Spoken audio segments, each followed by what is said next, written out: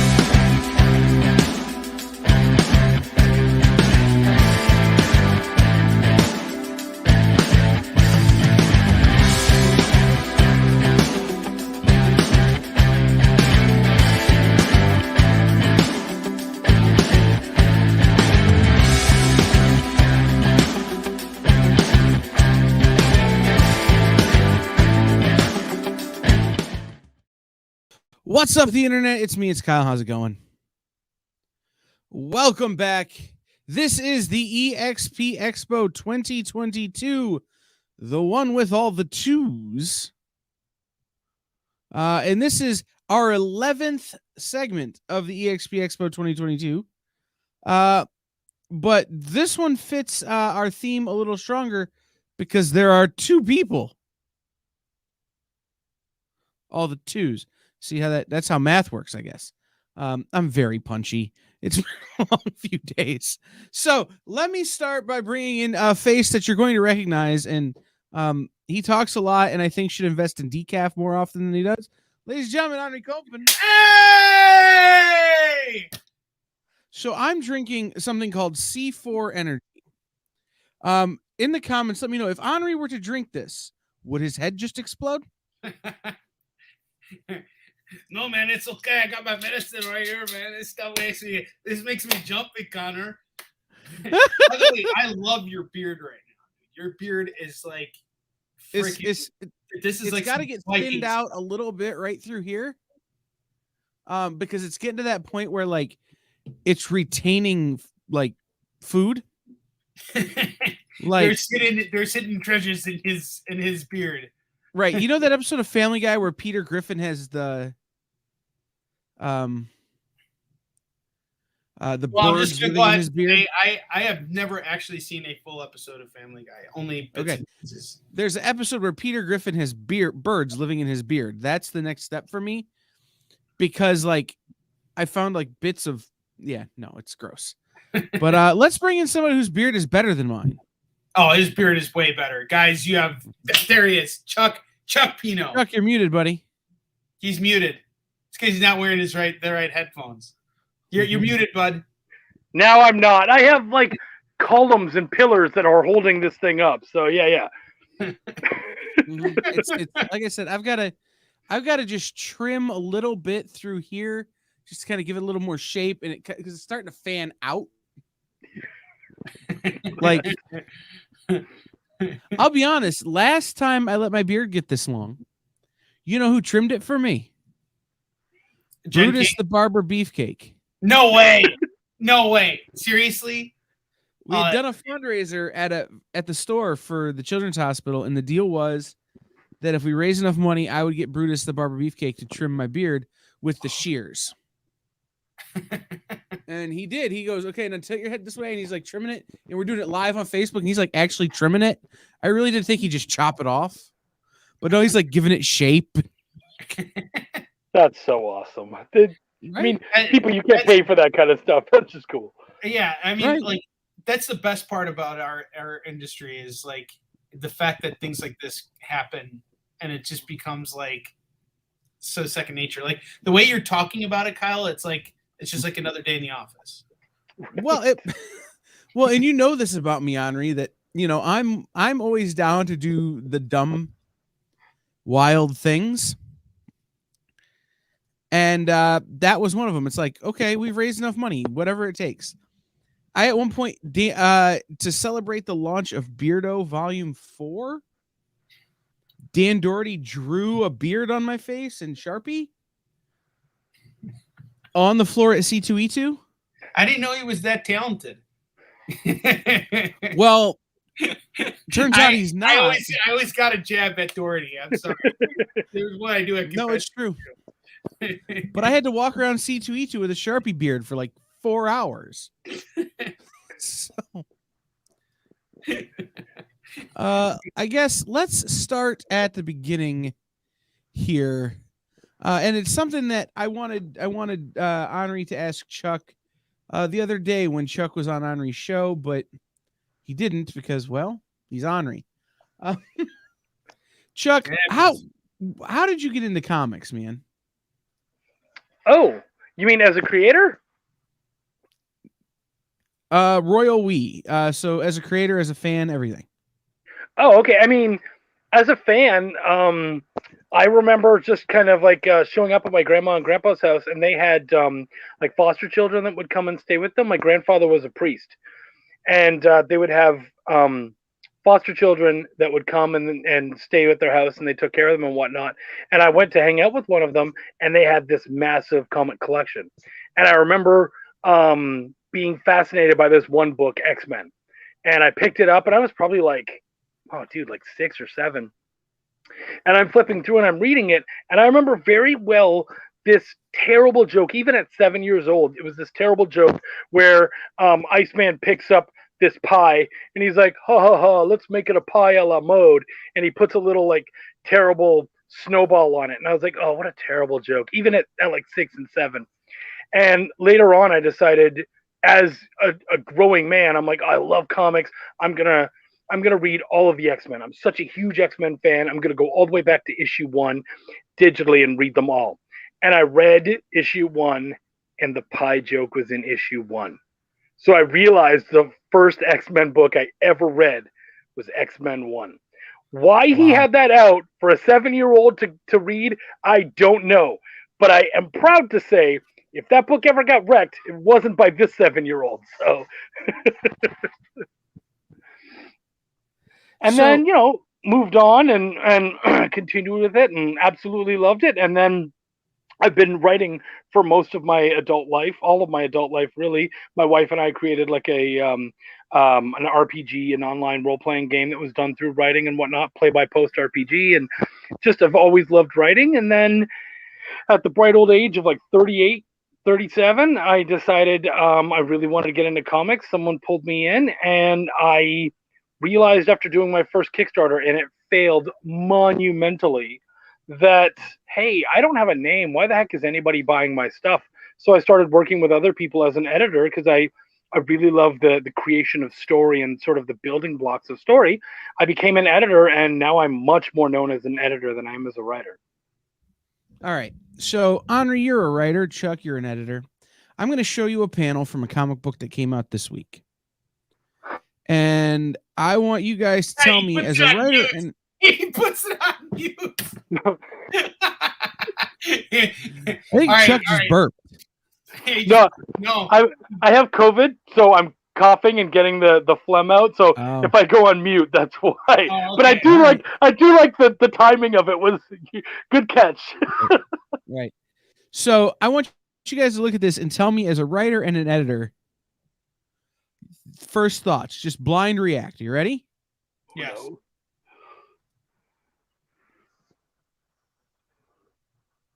Thanks again, Sentinel. Once again, you've made our city a safer place. Happy to help, officer. I mean, it's very just standard dialogue, in my opinion. There's nothing particularly like wrong with it if it's moving the story forward. it's kind of hard to judge off of that one panel without having the bigger picture. But it's just pulling me into the story. Not really. It literally could be in any single comic. Yes. From like the first Action Comics all the way till now. Yeah. Any comic. So if there was any more standard bland writing. But if you look at it this way, let's flesh it out a bit. If we pull back and we find out that it's the bad guy saying "happy to help, officer," now that has different meaning. Like if that guy who we saw just now wasn't the hero saying that, you know. But yeah, no, you're not that lucky. You're not that lucky. That's not the case here. The book that is in is essentially Dark Horse's version of if we had Batman, this is what we would do. Batman's never happy to help. He just does it because it's right. So they're making him more like. They're making him more into Superman. If Batman was Superman. Right. If Dark Horse is like if we had Batman and we wanted to make him more vanilla. I love that. If we had Batman, we'd make him Superman. Okay, good for you. I will say it's one of the best books going though right now. Shout out to what's the name of the book? Cloaked? The Cloak. From Dark Horse Comics. I'll look it up, but you started talking about being an editor and I'm like, oh, I want to know what these two guys have to say about this one book. I wouldn't use that. I wouldn't use that dialogue. I would look for some way to advance the story. And I know Chuck is with me on that. We constantly talk about that with our writing processes too. And one thing I want to say is Chuck is totally underselling himself by saying that he's just an editor. He's very much a writer too. I don't let him touch my scripts at all. He just gets to look at them. But, but his work as a writer, particularly on Belial and Essence House and his other projects that he's like really striving for, that defines Chuck just as much as his editing. And I'm always gonna push for everybody to not just see him as an editor, but as a writer too. Thank you. And what I will, so that's why I say I'm mostly known as an editor, but I absolutely am a writer. And I would rather be known as a writer, but honestly, man, we're making comics. This is awesome. Like, I don't care if I'm, some pencil pushing guy in a desk. I'm in comics, like whatever. This is great. And you really are. I mean, like, it's not even in that sense. I mean, there's people who are in comics, right? You could be anybody's. Comics are for everyone. Anyone could be in comics, but it's the capacity that you're in it. It's are you truly invested? Are you actually contributing to the actual like production of comics or to the distribution of comics? Like that's what really defines. Like everybody's welcome as fans. I mean, we have fans that are outside of comics who are hanging out, but really being in it is actually contributing, putting your own stories out there, and you're doing that tenfold. I mean, you're hanging out every day, busting your butt. Thanks. Thank you. Right. And Trish is talking about, Chuck is more than an editor for Huss. He's also a project manager.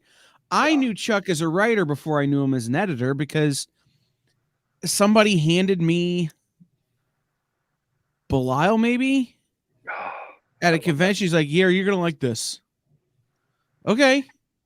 And it was another writer, and I can't remember what other writer it was. Like, I'm relatively sure you guys had probably done a swap of some kind, or, he had picked it up from your table and hands it to me going, hey, this is your jam. You should read this. Don't steal my comic. Was it your jam? Now I'm interested. Yes, it was. I mean, Sweet. People don't recommend to me things I don't like. Good. Because they know I'll come on here and blast them. No. Right. Well, if you like that, then you'll be happy to hear that 3 is in production right now. I just got the first page of art. So we're hoping to have that bad boy on Kickstarter this May. That's our aim. That's awesome. Congratulations. Yeah. Thank you, man. Just to wrap up our earlier conversation that was Cloaked by Dark Horse Comics. This is the issue where they have legally not the Joker. Is that his name? Because that'd be great. Well, hold on. That's Mike Richards. That's the ex-publisher of Dark Horse. Yeah. Yeah, he's doing a Batman story. It's actually really good, but just know it's Batman. All right, so let's get back on track here. So you guys are working together on Warlion, a book that I've been calling for months now, that other Onrie book. Because I forgot the words Warlion. So tell us about Warlion. And I've got some art here to show. So Onrie, you know what you sent me. Just tell me when you want me to show it and I will show it to people. Yeah, cool. Well, I guess if you want, Kyle, you could just go in the order I sent everything. Okay. This is giving you guys a chance to see what's going on behind the scenes. So this is the first character sketches that our artist Dexter Weeb put together. And the real inspiration for Warlion, at least for me, like his embodiment, I was thinking Wesley Snipes for a couple reasons. This is my first foray, my second foray into superhero comics. And I really wanted to kind of like make this story matter. So I was thinking about, Wesley Snipes and Blade. And if we didn't have Blade, we wouldn't have our MCU. We wouldn't have any of this stuff. And the original idea of this character is that he was like a forgotten hero. Like we forgot this guy existed, and he just kind of comes back into a world that has long since forgotten about him. The inspiration wasn't just, the look of the character wasn't just like going for the Wesley Snipes thing. He's a combination of two people.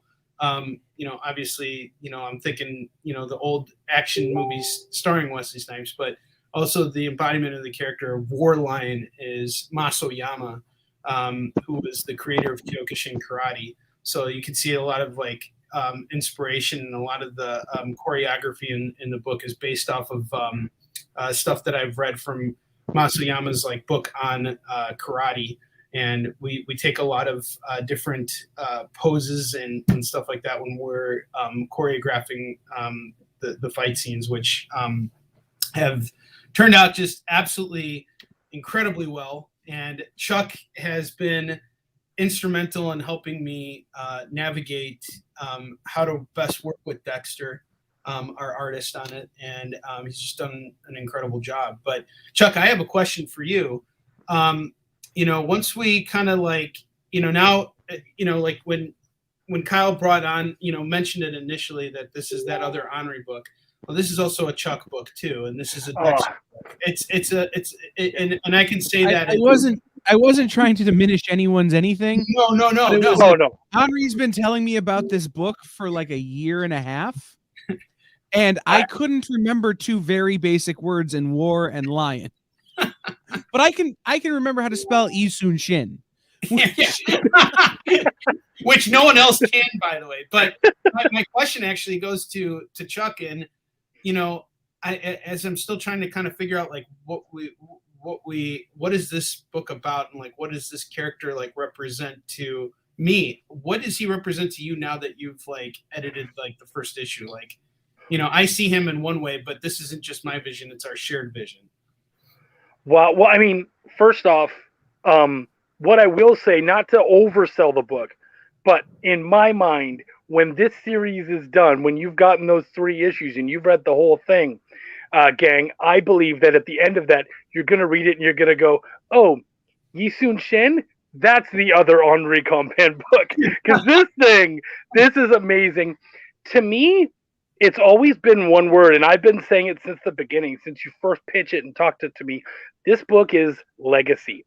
It's all about legacy and it's not just Warlion's legacy, it's everybody's legacy. So for me, it's all about who we are and what we're passing on to that next generation. And the personal, the memories, the world, all that kind of stuff that we're passing on. So I think that's what Warlion is. And I have to say that I really appreciate what you said, Onrie, because I feel like this is my book too in a lot of ways. Like I really feel like connected to it in a way that a lot of times when you come in, you edit a book, you really want to kind of like shy away and just make sure that their vision is there as much as possible. But you've been really cool about, hey man, no, what do you think? Like really like dig in here. And I've loved that opportunity because as a fellow creator, a fellow writer, you've given me every opportunity to come in. Like I know that there's certain lines where I've been like, ooh, what if he said this? You're like, yes, I love it. And a lot of times other writers will be like, I'll find my way to say it. And I dig that. I get that. But you're like, no, I like that. Let's do it. And I'm like, yeah, okay, I got a line in. That's great. Like, so yeah, to me, it's all one word and it's legacy. That's what this book is. I agree with that. That's a very good way of looking at it. But there's one thing before we move on to the next sketch here, just to kind of give everybody a sense, like we're gonna see Warlion as just one kind of character. Like he doesn't have an alter ego. He's a man who lived up in the mountains and his way of life was disturbed, and so he comes to the city as Warlion to kind of like exact his revenge. And I'm not going to spoil it for anybody, but that mask that he wears is that's a mask that is part of that legacy that Chuck is talking about. It's something that has been in his family for centuries, and so it's kind of like the Phantom, where he takes on that kind of role. And it's not an origin story. It's actually like the last story of the character. So this is only going to be 3 issues, and we're done with the whole thing. Each book is going to be 48 pages. So far, we're 15 pages into the first issue, and it's coming together. And I want to show Kyle now. Can we show on the next picture? So this is the next character here, and this is the first time you guys are getting a chance to meet her. This is Warlion's daughter, and her name is Kia. And the term Kia in martial arts, when you yell and you say Kia, it has a meaning, and that word means to transfer energy. So you're putting all your energy from your body into your strikes. That's why you say Kia. But typically in most modern martial arts, like say Krav Maga or like boxing, things like that, you're not going to be yelling and screaming like that. Most of the time, if you do yell, it's to just get a little bit more energy out of your core, so that your strikes have a little bit more force or power or whatever you want to call it. But if you're going to get into a fight outside, it's a different game, right? But when you're practicing, that's how that's how martial artists perfect their craft, is by striking and yelling at the same time. That's what gives them that power. So that's where her name comes from, and she is Warlion's daughter. And Chuck helped me rename her because that wasn't the original name I came up with for her. I don't remember the original. I don't even want to tell anybody that. I don't remember. Okay, that's fine. I don't remember it. But I didn't know that that's what Kia meant. And now, like, you've blown my stupid brain, because I love that meaning, and it speaks to so much about that character. So, yeah. And the story is going to follow her a lot too. Like as Chuck was saying, this is a story of legacy. So we're not throwing any curveballs here in the sense that this is really about her and not about him. It's about the both of the two of them, their journey. They're very interlocked with each other, and they have a very difficult relationship. I mean, Warlion, he had to teach his daughter everything he knew, and to learn those skills required him to be an asshole to his daughter. I mean, we're talking like a Pineau, Beatrix Kiddo kind of relationship, where he just forces her to continue doing, continue training. Whether she breaks her bones, it doesn't matter. He sets them back in place and says, "Keep going, keep practicing, keep going." And it changes. You see her grow up very quickly in the story, but. Now, Chuck, I have a question for you about. Hold on, real quick. Can I show this next image of her? Yes. So this is her as Warlion, and the whole point of the story is she's carrying on the legacy of Warlion after she completes her training. So there's going to actually be 2 Warlions in the story. So it's him passing on everything to his daughter. And so, Chuck, I was getting ready to ask you a question. So. For me, I think a very emotional moment for me with this character was when Dexter first rendered her. And there's a very emotional attachment I have to this character based on something that I experienced as a parent.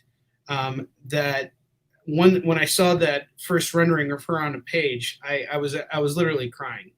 And I remember when you first came on this project, I was so lost and didn't know, what to do. But you essentially helped me really discover who this character was, and it really just kind of clicked right away. You just offered up an idea, and that was it.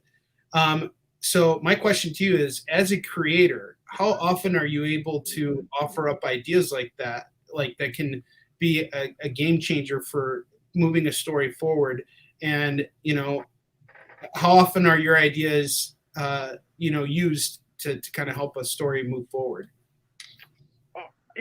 Often, most of the time, not, because really it's about their vision, and you have to feel comfortable doing that. And you and I were friends before we started working on Warlion, so I already felt comfortable. You and I already had a language and a way of kind of speaking to one another that was very personal, and we could just kind of say whatever, and it was easy for you to be like, nah, that's not for me, and I'd be like, cool, no problem.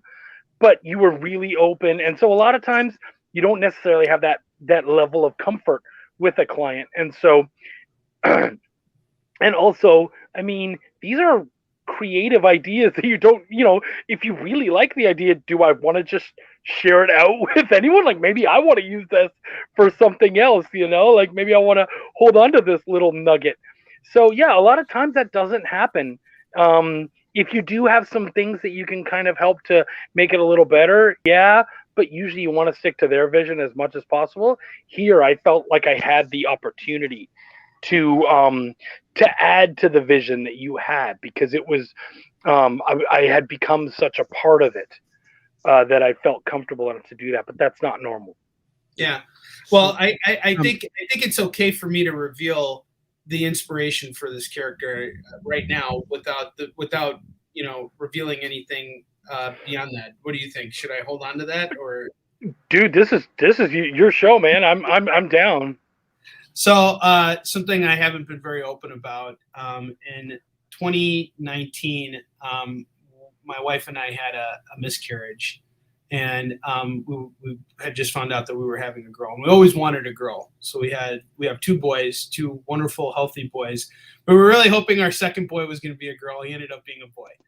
And about a year later, my wife got pregnant again, and it was a girl. And unfortunately, we lost this child. So Kia is the reason why I'm so emotionally attached to this character. Is Kia is really my sort of my tribute to my daughter who is never born. So my stillborn daughter. So that is the inspiration for the character, and that's all I'm going to say right now. But this is kind of my first time coming out about it, and it's a very proud of you. Oh, thank you. I appreciate it. Yeah. I didn't think you were going to. I was I didn't think I was I'll keep shut up about it, but good for you. No, that's yeah. So this is a way for her to exist now, and Chuck and I are working together to really make her really matter, and not just in the story. She's obviously going to matter in the story, but matter in comics, and that's something that I really hope we can accomplish with this book, is not for it to just be another independent book that we put out there, but something where there was an emotional feeling, there was emotional connection with the characters. And that's something I strive for with all my projects. So I think for the last 10 years that I've been doing Eastern Shin, I've just been so razor sharp focused on that everybody's like, oh, Onrie just does historical stuff. Well, no, I don't do just historical stuff. I can do other things too, but I want my audience to be engaged with the characters, and the only way to do that is to involve the other members of your creative team and let them add their input to make the story better and to make the characters more memorable. So okay, let's hit a couple of comments. Our friend Kara Nicole, who will be on literally in an hour, 30 minutes, like a half hour from now. on That's Onrie's show. Thinks this looks great. Shout out to her. We'll see her in a minute. Adam wants to know: is there a Kickstarter out right now? No, No, not it's yet. coming. Yes, it is coming fourth quarter of 2022. So we're looking at September. That just gives us enough time to finish illustrating the book and coloring it and doing everything. So Chuck and I are currently reviewing a few different colors for the project, and hopefully we'll have something soon. But the heavy lifting of the story is being handled by Dexter, and he's just knocking it out of the park. We've made a lot. Right. All right. So what's up, Connie? Welcome.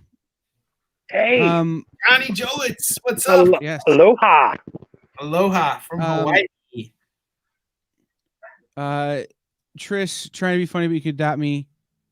I need That's more fair. comics in my life and love Crazy Little Brothers. Now I'm gonna. Can we jump ahead to the last image you sent me? Sure. Yeah. Okay. Tell you what, this is it. Here's a fully finished ink page. So Chuck asked me, Why color this? Don't color this. Leave this like this.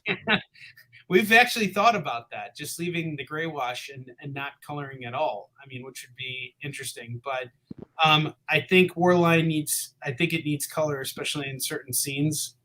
Well, or do it. Have you thought about doing grayscale with a splash? So like in certain colors, there's some red, or certain colors, there's some brown, or some, like certain like earth tones to kind of, give it a little color, but not actually color the book. Yeah, I mean, I definitely. I just gave Chuck an idea, didn't I? Yeah, you did, and I did think about that. That was the original intent. Like, I really wanted that kind of Sin City feel, even though Sin City doesn't have gray wash. It's just, but you know what I'm talking about, right? Kind of like where, particularly like the last book, like you would just see, color at certain points and right. and take it out. I don't know. Ted Sikora and we had a conversation about this. Like when you're looking, when we do flashback sequences, for example, one thing he hates, and he openly talks about it, is the sepia tone. It's like, we don't see our memories in sepia. We see it in full color. So this whole idea of like black and white, kind of like goes off of that. But I don't know. You got, now that you're looking at it and you made your critique. I'm curious. I want to see what the colorists do first. Yeah, we have a really cool colorist actually who's testing it out right now, testing a page, and it's a very stylized look that we're kind of trying to play with as far as the color is concerned. So I think both of us, not necessarily, I would say, Onrie, and tell me if this is unfair, but I would say in comics for both of us, our ultimate weakness when it comes to all of the different parts of the team is color. Like, that's the part that we're probably both weakest at. So we have someone who's really talented in that department. We kind of told them sort of the look and the idea that we wanted to see and feel from it, and we'll look and see what they do. And if it doesn't match, then black and white is still anything is on the table at this point. It really will just be like, what does this look like? How does it make us feel when we see it done? And if it's underwhelming, then I think we're both open to black and white, like whichever. Color might be my strong point, only in as much as I went to school for make pretty picture. I went to art school. So even though I'm not an artist, I'm a graphic designer. The other thing that I see in this is it would be really cool if it was watercolor. If it wasn't hard colors, if it was like, everything was kind of done in a gouache kind of. See, this is the thing about like Yisun Shin and this. I mean, they're just such radically different projects, right? Like with Yisun Shin, we depend on color, and our colors does so much heavy lifting for the book. With backgrounds and everything. And I have to say, in all honesty, there's something to be said about black and white. As a publisher, I would love to put out a black and white book. My costs, the margins are insanely great on a black and white book. But with gray wash, I'm not sure how much that changes. Chuck, you might have more experience with that because Belial's done with grayscale. So yeah, it is. So are your print costs lower as a result of it being black, white, and gray, or is it the same as it is for a color book? No, it's still considered black and white. So your print costs are lower. I mean, not having a colorist is lower. And of course, I'm super lucky because in Belial, my partner is the inker, so he does the gray wash too. So I mean, we don't pay for any of that. Just like we don't pay for a writer, we don't pay for an editor. We also don't pay for ink. So our costs on Belial are amazing. So, all right, let's go back to some of these concept art pieces that you sent. Well, actually, why don't you stay there for a minute, because this character, somebody that Chuck really wanted us to showcase, and I think too, when this makes $1 million, you need to buy that motorcycle, Onrie. Like a custom chopper with the big horns. The concept of the motorcycle actually came from my treadmill. So there's the logo on my treadmill is what initially inspired this character in general. the name of the character, which is, I'll let Chuck tell you guys the name of the character, but the personality of this character is actually based off of somebody that I know who is not a good person, and not this guy, not this version of him, because again, Warlion's all about legacy and stuff being passed down. So this guy right here, well, I'm gonna just let Chuck tell you guys who he is. This is Berserker. And my love for you is ticking clock, Berserker.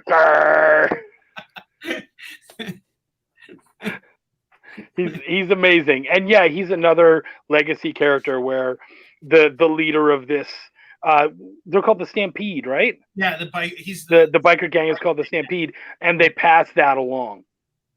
Yeah, so he's like the leader and of this gang, and they basically they work with the government. So like, and it's of course like under, you know, like it's not publicly known. It's just kind of, you know, the main villain of the story. He's like a dictator, and he runs this entire city, and of course he has, you know, relationships with criminals, and you know, the Stampede biker gang, they're like his Suicide Squad. Like he sends these guys out to, like, you know, like F stuff up beyond repair. And so this is actually one of the pages in the book where we get our first clear shot of Berserker.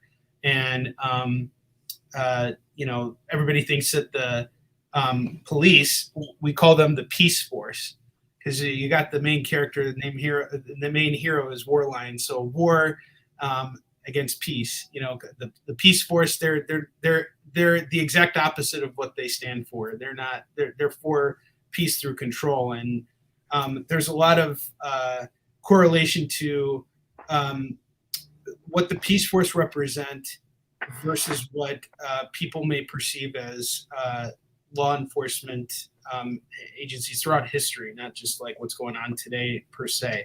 But they're very uniform based, and they all look the same. They all wear these like metallic masks that kind of look like that frontman from Squidfish. So that they're all like just monotone, and you know, they're like the Gestapo. You know, like they go around and they call the shots, and you know, this is who Warlion is waging his war on, is the Peace Force and the Stampede, and everybody who everybody who has screwed up his way of life. So we can go to the next art. We still got some stuff to show you guys. Yeah. So this character right here has a lot of significance to the story. This is Warlion's wife, and well, I can't give away what happens here, but you know, this is the relationship between these two characters is going to be developed over time through a lot of flashbacks, and it's hard for me to say anything without giving it away. But I'll let Chuck say something. I think you can say it though, because it happens so early. Well, she dies on page 3. Yeah. She gets her head cut off by Berserker. Yeah.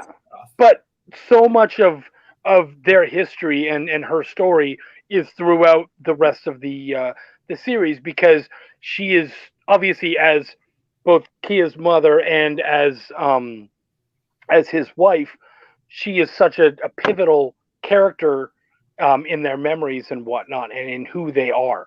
So even in the past, the things that she did and the person that she is affects who they are now. So that character, despite having passed, is still incredibly important, just like anyone else who's passed in your lives. Absolutely, and we're going to learn more about how she's connected to the main villain of the story, who's going to be the next person we see. And this is a character that's undergone like severe modifications, and this will be the first time everybody gets a chance to take a look at him. So feel free to bring out the next one. All right. Well, I wanted to talk about real quick. Do you know this thing that if you put a bunch of monkeys in a room, they'll eventually write Shakespeare? Yeah, of course. Okay. Are you calling us monkeys? No, I'm saying that 2.5 years ago, I got an Apple Pencil and I started doodling, and I drew a character that I swear to God is this character. Oh, really? I've never shown it to anybody, but it's one of those things I'm like, oh my God, that looks very familiar to me. Well, so Kyle, I have to tell you, when I came out to Dayton last year, I was peering on your desk and I saw that concept. Yeah, that's no, because it's buried in my iPad, hidden away with all the other terrible things that I try and draw and realize I can't draw. So. Kyle, the funny thing is, her name is Marika, and he brought that up to me. He's like, "Oh, check out this character, Marika," and I was like, "That's so cool! I love that name." And he's like, "Oh, really?" I was like, "Yeah, because the love of Wolverine's life is Mariko, and she, passed in a very similar way." And he's like, "I didn't even know actually." That. I'm gonna straight up say that the look and feel of the character was actually based off of a porn star. So it's just how I saw her in my head. I'm actually talking about the next piece we're going to show. Speaking of porn, let's move on. Yeah, speaking of right. porn. Yeah, no, this, so I've been drawing a character that looks like this for like 2 years. Oh, the overseer. So he had a very different look before, and he had a different name. He was called the Scavenger, but that name didn't fit the character. And the overseer, he is the dictator, the guy who runs the show in Wild City, which is where our story takes place. And this helmet allows him to see everything that's going on. Like, he can see around him, he can see miles away, he can see whatever he wants. And it really just makes him sort of omnipotent. And what he desires most is control over everything. He wants control over every single person in Wild City. He wants to be able to move them around like chess pieces, and he's gotten very good at it. He's already accomplished it. And the only person who was getting in his way was Warlion. And by killing Warlion's wife, Warlion left Wild City with his daughter to basically protect her from the overseer's influence, and helped train her and helped her grow into, becoming the next Warlion. And now they're after this guy because he's the dude who ordered and was there when Marika was killed. So he's the guy who's the real culprit. But that's what makes him the bad guy. Is he's not the guy who's actually going to do the deed. He's going to have somebody else do the deed. He just gives the orders. He's the Stalin. He's the Hitler. And we give and Dexter really incorporated that. We wanted to have a unisex feel for the character, so that it kind of gives a sense of awkwardness about what he struggles with everything, and he wants control over everything, including his identity. So his upper body, he's got this very manly physique, but in his lower body, he's actually wearing a dress and high heels. And it's not speaking to the character's sexuality at all.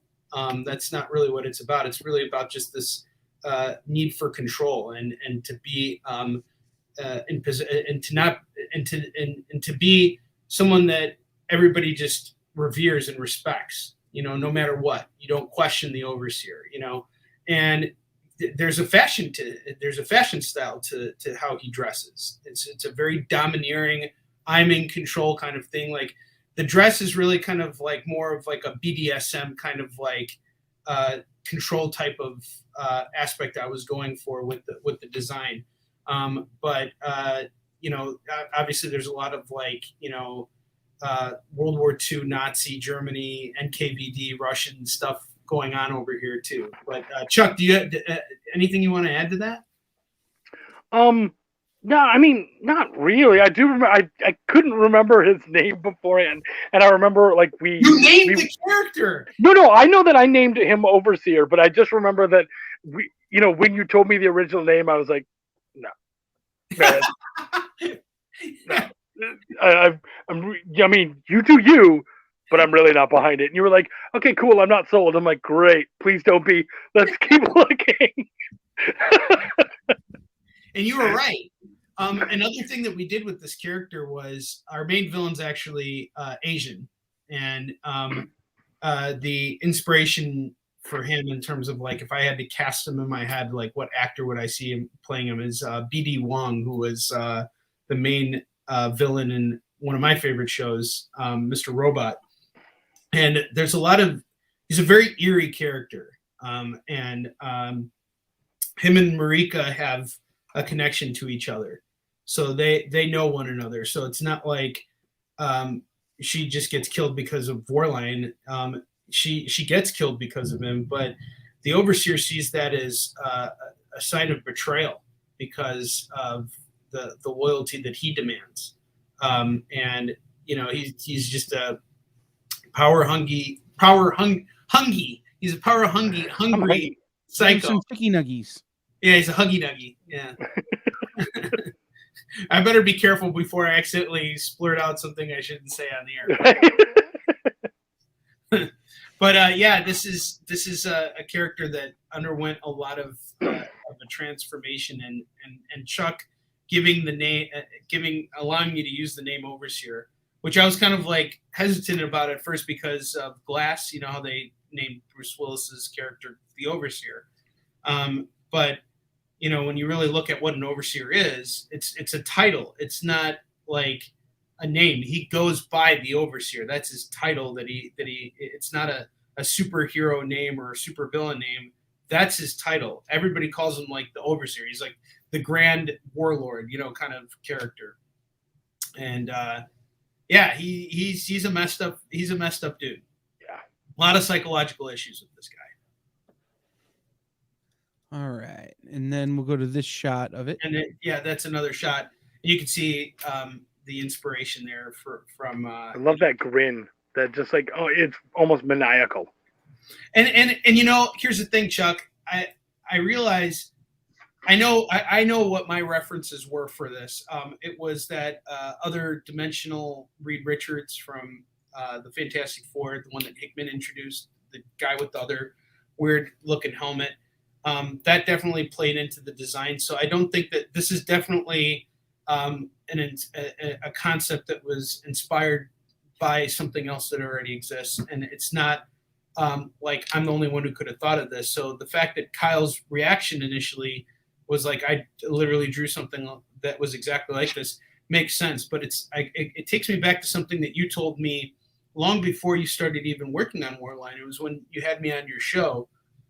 Which was, maybe two stories can have similarities, but the way those stories are told are going to be different every time. And I think that's what's going to really kind of set things apart. Are there characters like Warlion? Are there characters like, the Overseer and Marika? Of course there are. We're not doing anything, that hasn't been done before. This is superhero stuff. What's going to make it different is when we is how we tell the story and what we're bringing to the table. But I think the fact that you can find correlation between stories, like if you like the Karate Kid or if you like Blade or whatever, you're gonna find that you can relate to what's happening in Warlion. It's a good kind of like segue kind of a thing. And the same is true for that Dark Horse book that Kyle showed at the beginning. Mike Richardson's take on Batman. I mean, you know, as independent creators, we all want to have our shot at eventually working at the big leagues. Who's going to turn down a call from Marvel saying, hey, who wants you to work on Spider-Man or something like that? You know, so if I got a call like that, I wouldn't turn it down. But am I going to get that call? I don't know. Probably, maybe not. And if I never get that call, does that mean that I don't get to tell my superhero story? No, you just do it the way that you envision it. So, you know, I think it's I say this to say that anything that may have inspired these characters, you know, should be able to inspire other creators to do the same thing with any projects. Well, it's similar to like the Watchmen, who, and correct me if I have the names wrong, but originally he wanted to use the old a bunch of the old charlatan characters, and he was told, "Nah, you can't do that." And instead, he's like, "All right, well then I'll make up my own, and they'll just be really similar." All right, cool. And now those characters are so beloved, and that story is so beloved. I mean, there's no reason, and I'm not saying this is the next Watchmen, but it's the same kind of mentality where it's like, oh, cool, I don't get to write, you know, Blade, or I don't get to write that character. Cool, then I'll do my own. Exactly. And, you know, Mike Richardson going to get called up by DC Comics tomorrow to write Batman? No, he's not. So he's going to do his own Batman story. And there's nothing wrong with that. You know, like there's no limit to what you can do with these characters. And again, Watchmen is a brilliant example of this because, you know, Alan Moore based all those characters off of somebody else. And I think that's always a good segue. Like my main inspiration for Warlion was initially Blade. And speaking to that, you know, I would love nothing more than to hand Warlion to Wesley Snipes and, you know, this be like the last superhero movie that Wesley Snipes ever makes, where he gets to be Wesley Snipes kicking ass. You know, that's my dream. I'm going to totally try and do everything possible to try and get the book in his hand, and hopefully he'll be interested. And maybe we can make something happen. But if not, then, you know, it'll be somebody else, like Steve Urkel playing Warlion. Actually, he's a really good actor. Like, honestly, like, he's done some, Khalil White has done some turns where I'm like, oh, actually, you're really freaking talented. Good for you, man. Right? If you can get Jaleel White, you get Jaleel White. Oh yeah, absolutely. You just take it like a man. You get that Jaleel White up there. Yeah. So I had a bunch of questions to ask you guys, and then you just talked the whole time, which was fabulous. Because then but now we don't know what I don't have to. So let's do this. Let's because we have 5 minutes left. So let me ask my questions no one can possibly be prepared for, and then we'll hit the social media, and then we'll just in a few months we'll have you guys back when the Kickstarter's ready to go, and we'll do this all again. I'll get to ask the questions like that I researched and prepared. Thanks, everyone.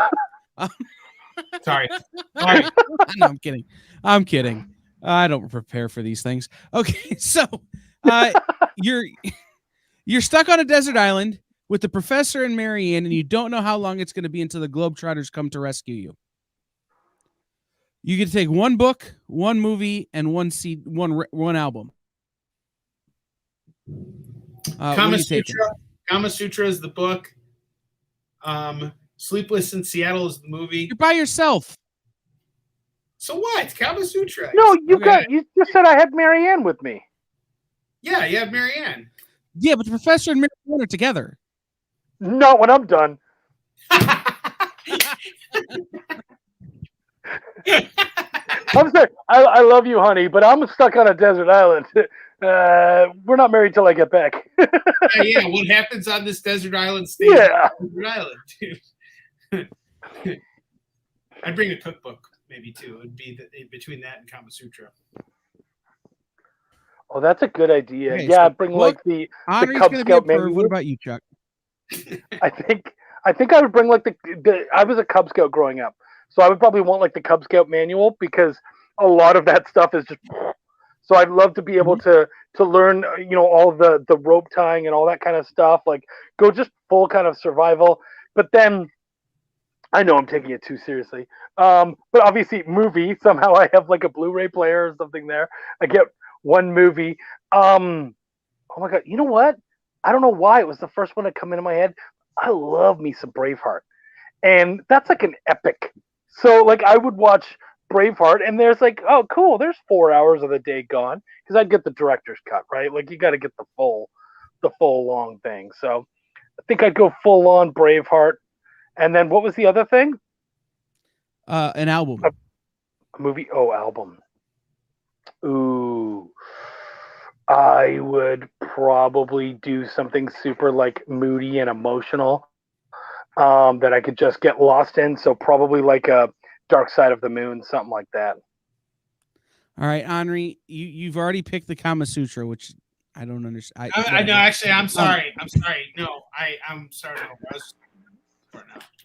I will show you guys the book that I would bring with me. I would bring Marvel Comics because I am a comic nerd, so I would bring this. All right. Well, you could bring the whole run of Weapon X. That'll work.